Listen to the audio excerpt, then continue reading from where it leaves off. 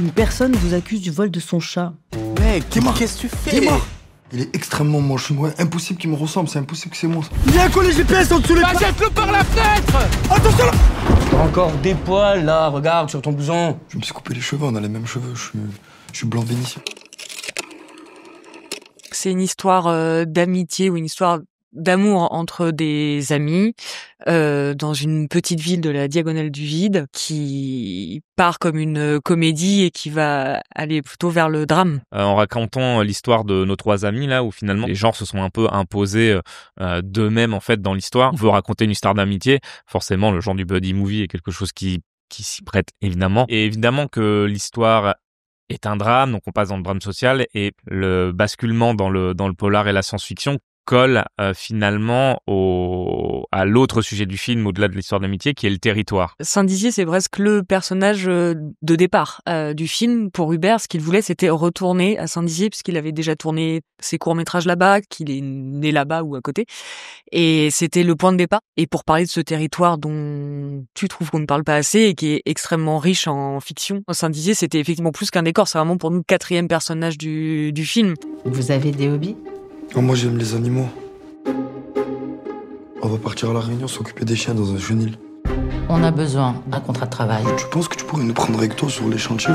d'analyse toxicologique propre, d'accord? Vous avez 6 mois pour faire vos preuves. Une des volontés, c'était effectivement de présenter des personnages, des stéréotypes qu'on a dans la tête, qu'on a déjà vus, donc des jeunes gens désœuvrés, dont un est dépendant, et de leur offrir la fiction et ce que peut être un personnage de cinéma, en se disant que nous, on l'a aussi écrit pour des gens qu'Hubert connaît, qu'on connaît, qui vivent comme ça et qui ont des vies beaucoup plus complexes et beaucoup plus belles que ce qu'on peut croire comme ça. Et on était là, nous, on voudrait avoir le plus de respect possible pour ce que sont les vraies personnes et que les questions complexes ne soient pas simplifiées ou caricaturées. Nous, on a un attachement affectif aux personnages où on les considère comme des vraies personnes, donc on peut pas non plus dire n'importe quoi, faire n'importe quoi. On avait envie aussi de montrer des personnages eux-mêmes respectueux des autres personnages autour d'eux.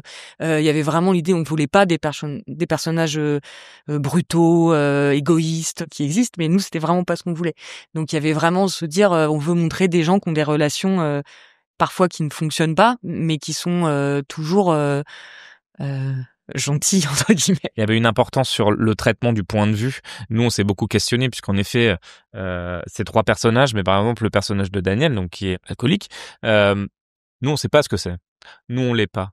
Et c'est pour ça très vite, on a décidé de prendre comme point de vue le point de vue que nous, on connaît, c'est-à-dire celui qui est face à la personne dépendante. Et avec la frustration qu'on peut avoir de ne pas souvent savoir comment s'y prendre ou comment aider.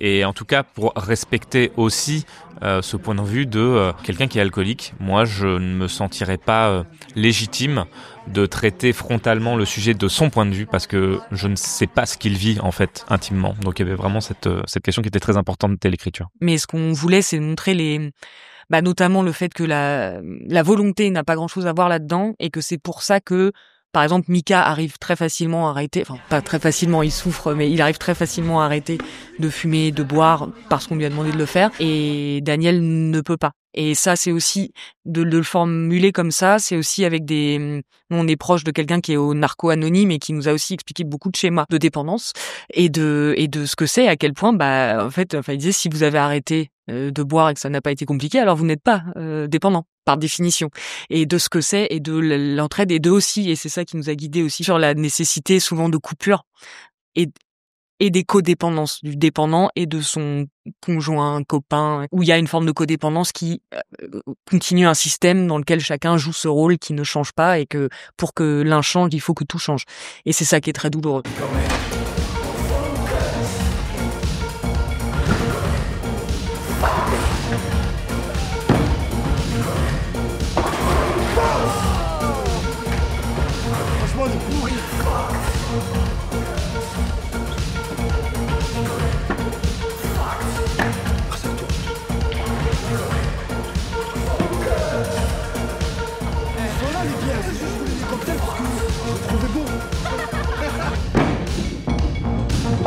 La première personne qu'on a trouvée, c'est Salif Cissé, dans le rôle de Tony. Donc ça a été notre point d'ancrage. Et Idir Azougli, on l'a découvert dans un film qui s'appelle Le Théorème de Marguerite, où il a un petit rôle. Et tout de suite, Claude m'a dit, mais qui est cet acteur formidable? Je fais, mais c'est vrai qu'il est très bien. Pourquoi on l'a pas vu? En effet, Idir, quand il a passé la porte, on a parlé 5 minutes et je pense il était très clair que c'était Daniel. Et Paul, lui, ne venait pas passer les castings puisque Paul a 22 ans, donc il ne faisait pas partie de notre petite grille de recherche. Mais Paul me trottait dans la tête depuis que je l'avais vu dans Le règne animal. Finalement, on s'est dit, c'est peut-être être intéressant. Pareil, on a rencontré Paul, il a accepté de lire le projet très rapidement. En quelques heures, c'était clair que c'était Mika. Voilà. Et après, il y avait la grande question c'est bien, on a 3 individus. Maintenant, ils sont censés se connaître depuis un petit bout de temps et s'aimer. Qu'est-ce que ça va donner quand ils vont se rencontrer pour la première fois? On a fait une lecture avec eux et dès la lecture, on était très soulagés de voir comment ça circulait entre les 3. Aucun n'est de Saint-Dizier, donc il fallait aussi croire à leur lien et au fait qu'ils pouvaient vécu à Saint-Dizier longtemps, sachant que Salif Cissé, il est de la Courneuve, donc dans la banlieue de Paris. Idir, il est de Marseille et Paul, il est de Paris. Et en fait, quand on les a mis ensemble, on était mais ils se ressemblent pas du tout, mais ce qu'ils ont en commun, et en fait, ils ont beaucoup en commun, et notamment leur très grande sensibilité et leur très grande attention à l'autre. Et ce qui nous était pour nous hyper beau, c'est de voir à quel point ils se sont aidés. Il y avait vraiment un truc très vivant et très très beau entre eux. Enfin, nous, on était hyper contents de voir des acteurs s'aimer vraiment. Et donc on était là, voilà, le cœur du film, c'est quand même eux. Donc si ça fonctionne, c'est bien. On a tourné quand même en novembre, de nuit. On avait très très peu de temps pour faire un scénario qui était quand même conséquent, mais quand on les retrouvait tous les 3 le matin, les problèmes s'effaçaient très vite.